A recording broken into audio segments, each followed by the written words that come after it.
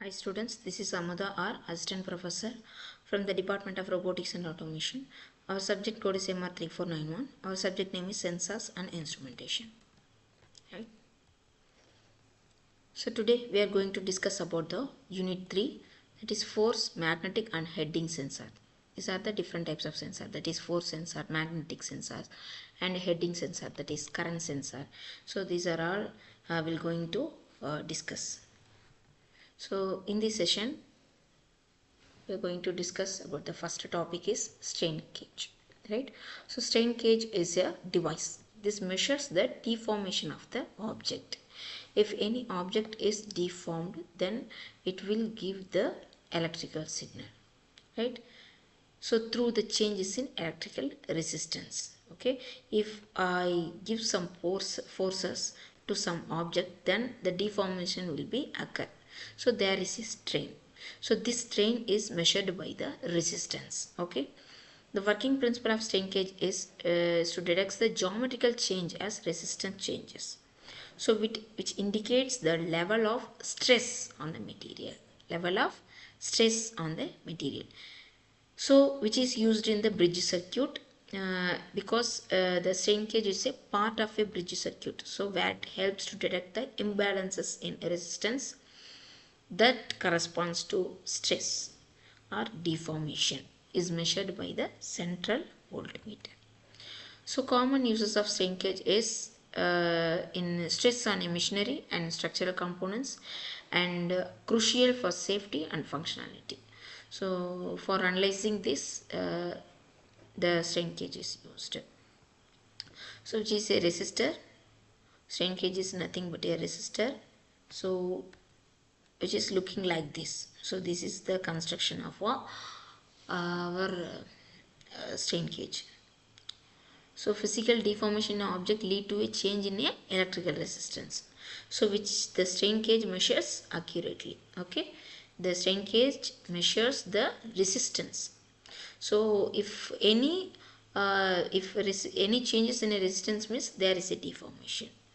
Otherwise there is no deformation. Unstraining condition is we can assume as a unstraining condition. So strain gauge bridge circuit is a strain gauge bridge circuit.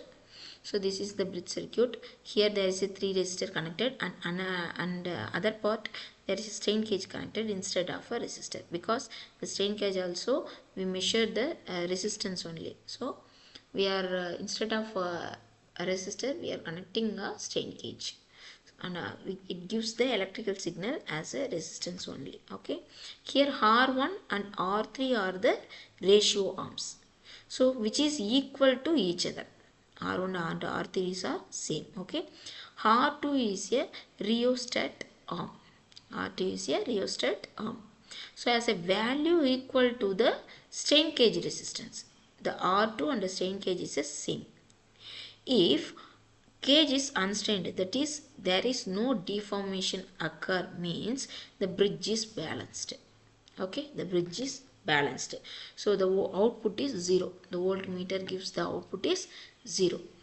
But if any deformation occurs, means there is a change in resistance. There is a change in resistance, that is in strain gauge there is a change. Okay, so there is it will get a unbalanced, there is an imbalance occur between R2 and this strain gauge.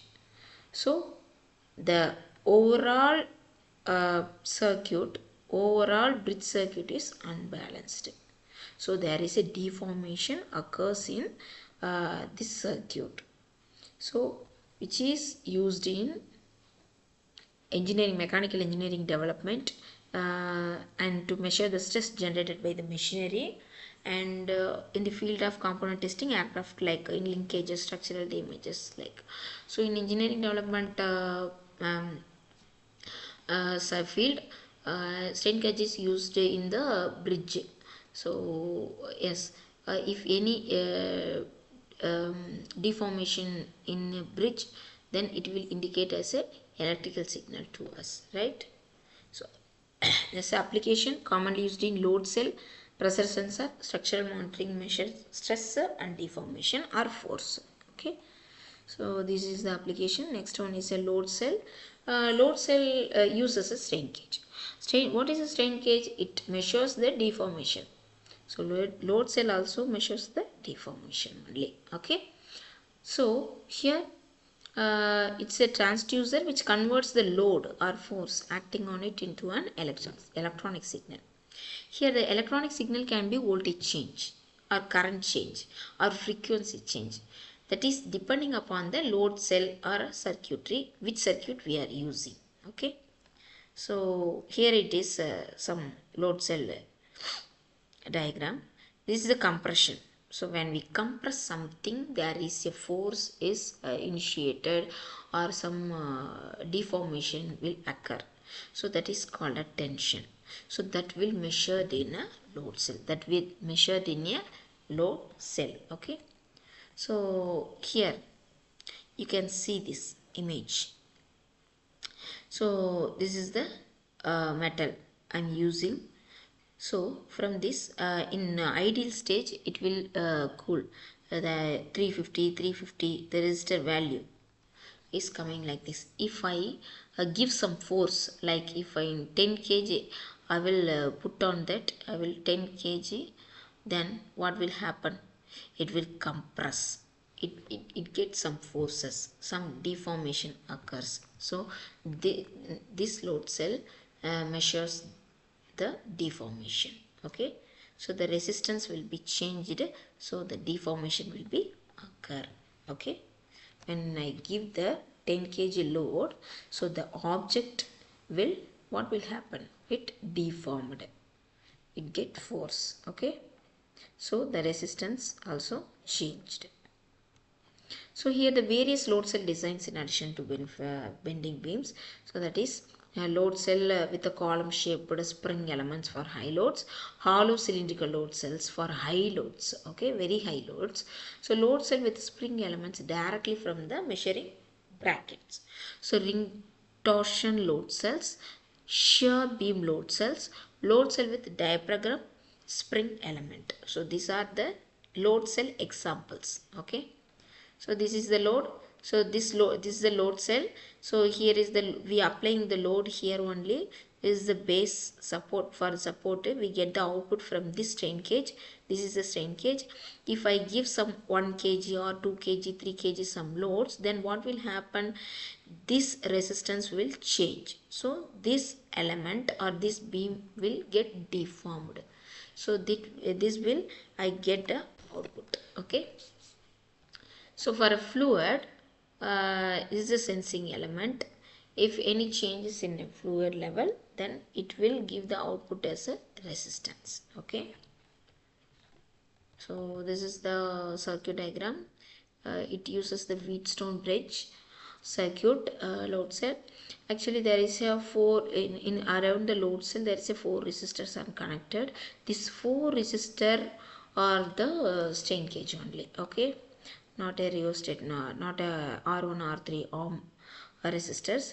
These 4, all the 4s are strain gauge resistors only in the load cell.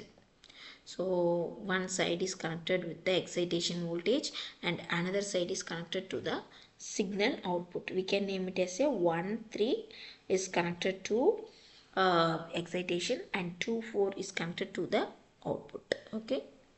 So this is the bridge circuit for load cell. So advantage of the load cell is a low sensitivity, good anti-skewed load performance, good inherent linearity, easy installation, fixed without rotation, low manufacturing cost. And the disadvantage of a load cell is high center of gravity, poor overload capacity, large scale weighing sensors are difficult to achieve high accuracy grades. So these are the load cell disadvantages and advantages, right? So thank you. If you have any doubt or questions, please drop the comment below. And for more lecture videos, visit our website smit.edu.in and follow our Facebook page SMIT Chennai and follow our Instagram page SMIT Official Chennai. Thank you.